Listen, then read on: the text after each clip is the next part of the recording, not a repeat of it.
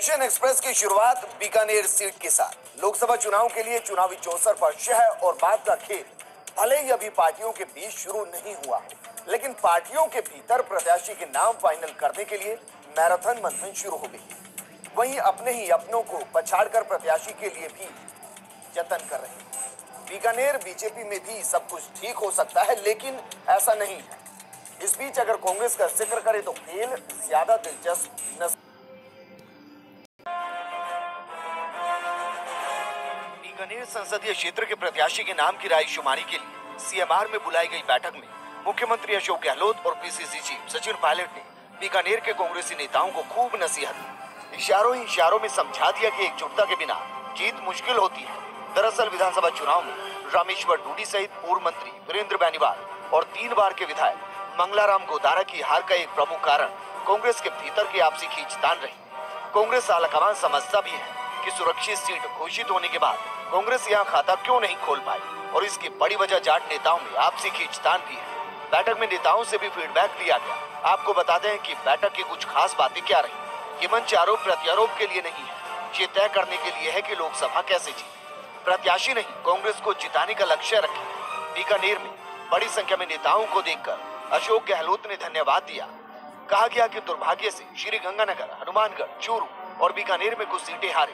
वाल्मीकि आयोग की स्थापना का सुझाव भी दिया गया। संभाग में कांग्रेस मजबूत थी, विधानसभा में क्या गलती हुई कि कांग्रेस कमजोर पता करें। रामेश्वर डूडी की हार पर भी चर्चा हुई। कहा गया कि 5 साल संघर्ष किया, फिर भी हरा दिया। इस दौरान आपको बता दें कि अब तक हुई 16 लोकसभा चुनाव में कांग्रेस 5 बार ही जीत दर्ज कर पाई। ऐसे में इस बार कांग्रेस जीत की जद्दोजहद में जुटी है। सवाल ये खड़ा होता है कि कांग्रेस यहाँ से किस चेहरे को मैदान में उतारने वाली है। हम आपको संभावित नाम बता रहे हैं जिन पर कांग्रेस दाव लगा सकती है। कांग्रेस में दावेदार सरिता मेघवाल विधायक गोविंद मेघवाल की पुत्री है। दलितों पर मजबूत पकड़ मानी जाती है और यही इनकी ताकत है। लेकिन टूडी की पसंद नहीं होने के चलते किसानों का साथ बड़ी चुनौती हो। कांग्रेस में दावेदार मदन मेघवाल आईपीएस से बीआरएस से लेकर सियासत में आए हैं। विधायक का टिकट मांगा नहीं मिला, अब सांसद के लिए दावेदारी जता रहे हैं। जमीनी संपर्क बेहद कमजोर है, शायद रामेश्वर डूडी की पसंद है। कांग्रेस में दावेदार बनारसी मेघवाल मंत्री भंवरलाल मेघवाल की पुत्री है। दलितों पर पकड़ है, लेकिन बाहरी होना कमजोरी है। कांग्रेस में दावेदार जेवत राम पवार 2 बार विधायक रह चुके हैं। आजकल रामेश्वर डूडी के यहाँ आना जाना ज्यादा हो गया है। हालांकि जिला परिषद का ही चुनाव हार गए थे। युवाओं में लोकप्रियता ना की बराबर। इसके अलावा परसराम मोरदिया के पुत्र राकेश मोरदिया, अंबाराम किशनलाल मेघवाल ने भी दावेदारी जताई है। वहीं ये भी कहा जा रहा है कि किसी रिटायर्ड आईएएस अफसर को भी बीकानेर से चुनाव लड़ाया जा सकता है। हालांकि बीकानेर में हुई कांग्रेस की बैठक में भी धड़ेबाजी साफ तौर पर नजर आई।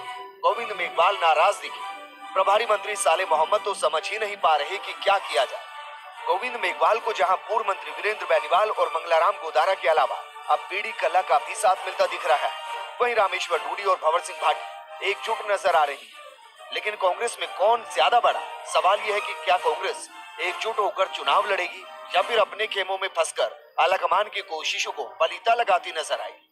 जीती बाजी को हारना कहीं सीखे तो बीकानेर कांग्रेस की गुटबाजी से सीखा जा सकता है। विधानसभा चुनाव में ये साफ नजर आया। 3 दिग्गज किसान नेता आपसी खींचतान के चलते चुनाव हार गए। ऐसे में लोकसभा चुनावों को लेकर पार्टी आलाकमान बेहद गंभीर है। कोशिश की जा रही है कि एक जाजम पर बैठकर प्रत्याशी का फैसला हो। देखना दिलचस्प होगा कि कांग्रेस में कौन लोकसभा चुनाव लड़ेगा। हालांकि अभी तक धड़ेबाजी जारी है। कैमरा पर्सन गुलाम रसूल के साथ Lakshman Raghav, first India news, Bikaner.